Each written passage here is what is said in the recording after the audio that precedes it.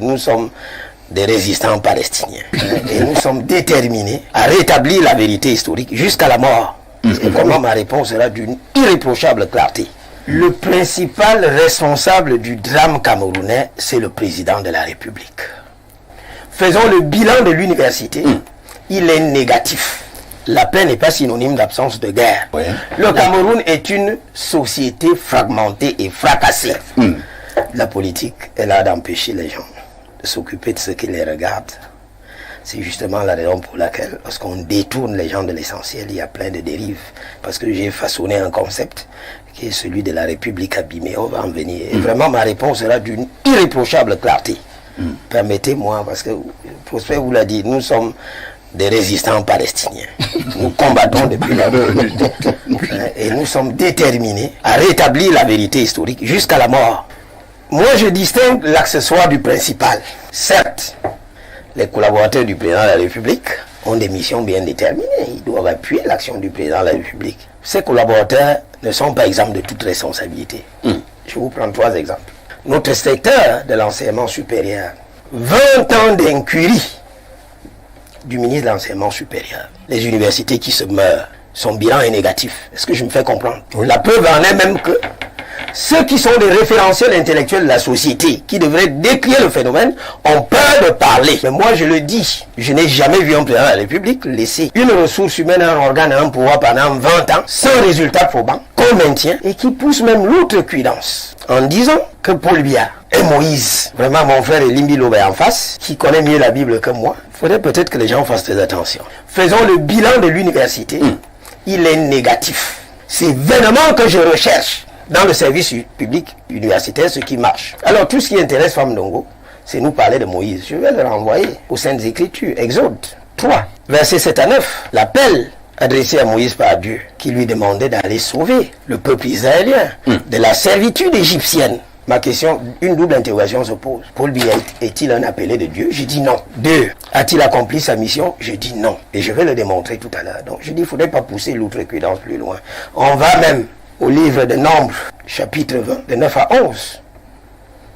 Là où Moïse a raté sa mission. C'est justement la raison pour laquelle Dieu l'a substitué à Jacob.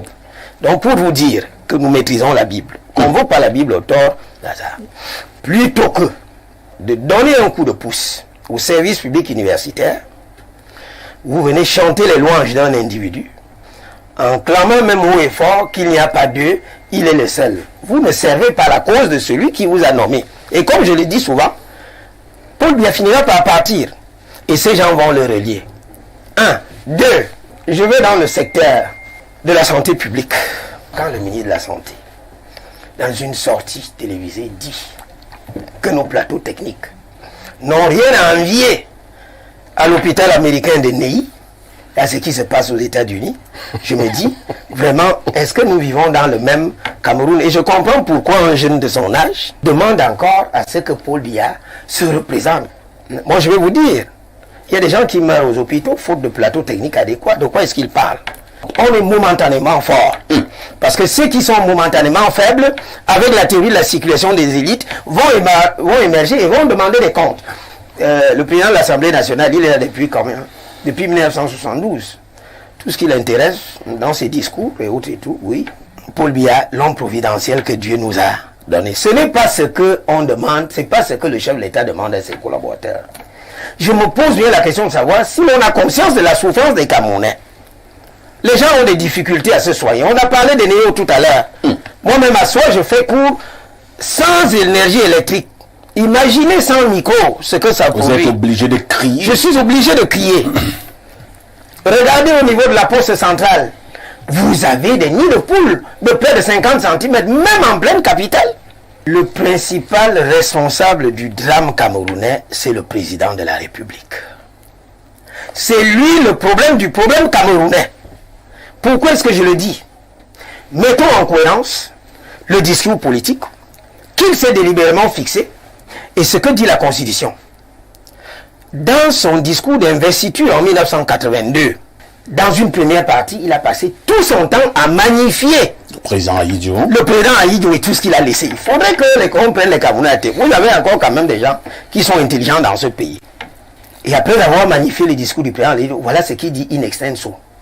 J'entends alors m'acquitter de ce devoir sacré que m'impose la Constitution, à savoir veiller à son respect.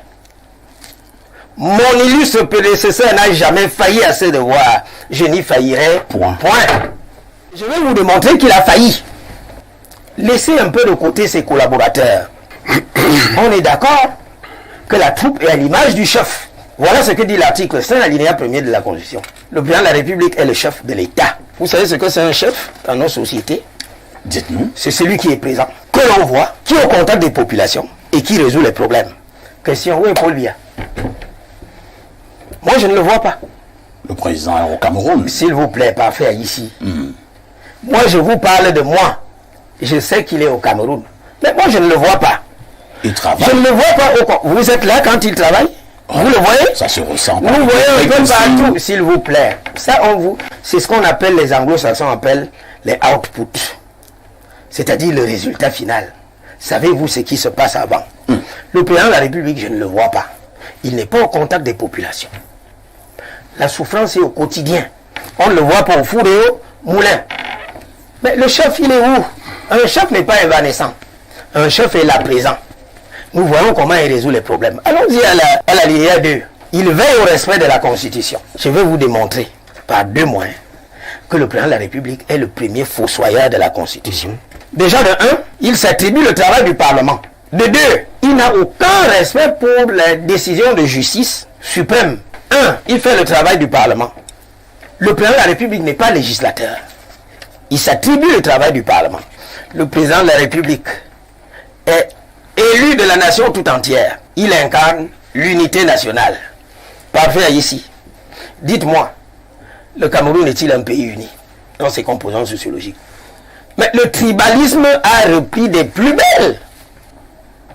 Le tribalisme a repris des plus belles. Même entre les micro-communautés. Chez nous au sud, que on voudrait faire croire comme qu'il s'agit d'une terre de sainteté politique. C'est-à-dire qu'il y aurait une correspondance absolue entre le sudiste et le RDPC, pourvu quand vous tenez un discours discordant, vous êtes un pestiféré. Moi, je l'ai dit, je ne suis pas du RDPC, et je n'entends jamais y être. Je préfère conserver ma posture de libre penseur. Regardez ce qui se passe au plan macro avec la guerre aux Nozo, les compatriotes anglophones. La paix n'est pas synonyme d'absence de guerre. La véritable paix est ce que l'on a dans les cœurs. Comme pour chuter, il y a beaucoup à dire. Ouais. Le Cameroun est une société fragmentée et fracassée. Le tribalisme a repris des plus belles. Le vivre ensemble, c'est un slogan politique que l'on veut forcer dans les esprits alors que la réalité est haute. Et je termine en disant, je n'y faillirai point. Voilà ce que la Constitution lui demande de faire. Le résultat, c'est lequel? Il a failli. Et de ce point de vue, je conclus, le principal responsable du drame camerounais, c'est le président de la République. Je dis tout à l'heure que je ne vois pas. C'est compris. D'accord.